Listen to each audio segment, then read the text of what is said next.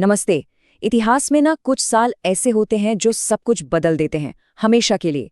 आज हम एक ऐसे ही साल की बात करेंगे, 1997, और समझेंगे कि कैसे उस एक साल ने ग्लोबलाइजेशन यानी वैश्वीकरण को एक ऐसा मोड़ दिया जिसका असर हम आज तक महसूस कर रहे हैं। तो सवाल ये उठता है कि भाई 1997 में ऐसा क्या हुआ था, है ना? मतलब वो सिर्फ एक और साल क्यों नहीं था? कैसे उस एक साल ने सिर्फ भारत ही नहीं बल्कि पूरी दुनिया पर इतना गहरा असर डाल दिया?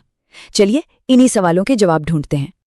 ठीक है, तो 1997 की कहानी में आगे बढ़ने से पहले 1 मिनट रुकते हैं। पहले ये समझ लेते हैं कि जब हम वैश्वीकरण या ग्लोबलाइजेशन कहते हैं तो इसका असल मतलब है क्या। तो ये ग्लोबलाइजेशन आखिर है क्या चीज़? ये शब्द हम सुनते तो बहुत है, पर क्या इसका मतलब सिर्फ देशों के बीच लेन-देन और व्यापार है, या फिर कहानी इससे कुछ ज्यादा बड़ी है? देखिए, असल में ग्लोबलाइजेशन का मतलब है दुनिया के अलग अलग देशों का एक दूसरे से जुड़ना। और ये जुड़ाव सिर्फ पैसों का नहीं है, ये आर्थिक, सांस्कृतिक, तकनीकी और राजनीतिक हर लेवल पर होता है। ये एक ऐसी प्रोसेस है जो देशों को, बाजारों को और हाँ, हम जैसे लोगों को भी एक दूसरे के करीब लाती है। इसे ना ऐसे समझिए, ग्लोबलाइजेशन का मतलब है कि एक देश का सामान दुनिया के किसी भी कोने में आसानी से मिल जाए। इसका मतलब है कि टेक्नोलॉजी देशों को पलक झपकते ही जोड़ दे और अलग अलग देशों की कंपनियां मिलकर काम करें। मतलब पूरी दुनिया एक बड़े कनेक्टेड मार्केट की तरह बन जाती है। तो अब जब हम ये समझ गए हैं कि ग्लोबलाइजेशन क्या है, तो चलिए वापस चलते हैं उस साल पर, उस खास साल पर जिसने सब कुछ बदल दिया, साल 1997।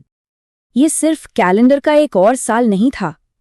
1997 वो मोड़ था जहां से दुनिया ने एक बिल्कुल नई आर्थिक और सामाजिक राह पकड़ ली। कह सकते हैं कि ये एक तरह का स्टार्टिंग पॉइंट था, जिसके बाद दुनिया वैसी नहीं रही जैसी पहले थी।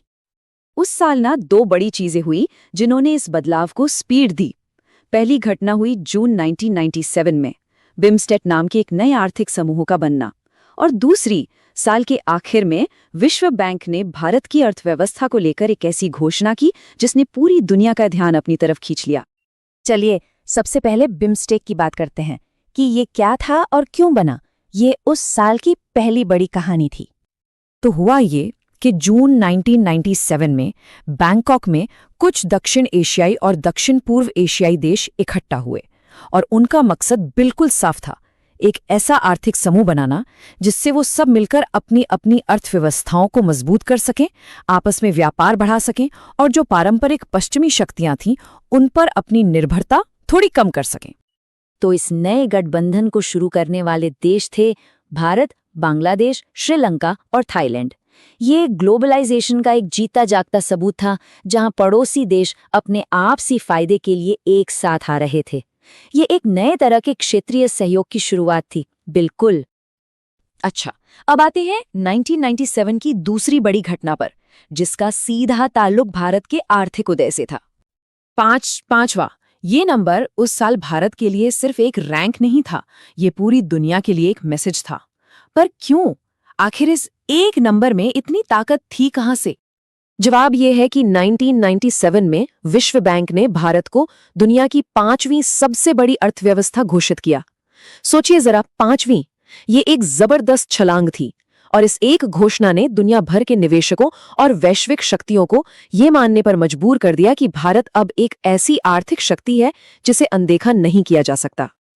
तो सवाल ये है कि ये रैंकिंग किस आधार पर दी गई थी? तो ये आधारित थी परचेजिंग पावर पैरिटी यानी पीपीपी पर, जिसे हिंदी में कहते हैं क्रय शक्ति समता। अब ये है क्या?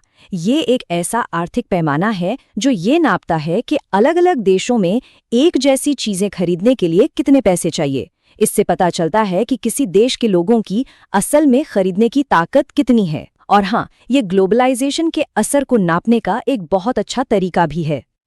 तो एक तरफ बिम्स्टेक का बनना और दूसरी तरफ भारत को ये नई वैश्विक पहचान मिलना, इन सब घटनाओं का दुनिया पर असर क्या हुआ? मतलब 1997 में जो कुछ भी हुआ उसने दुनिया को बदला कैसे? इसका असर ना एक लहर की तरह हुआ जो दूर तक फैला। सबसे पहली बात, देशों के बीच आर्थिक और सांस्कृतिक मेलजोल बढ़ गया।